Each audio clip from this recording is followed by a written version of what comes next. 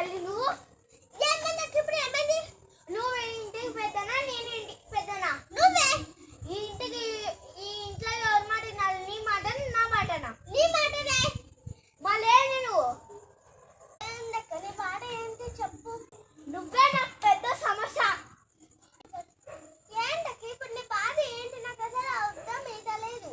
నేనే కసును కాదా నేనే అంటూ తోమాలా నేనే బండలు తుడసాలా నేనే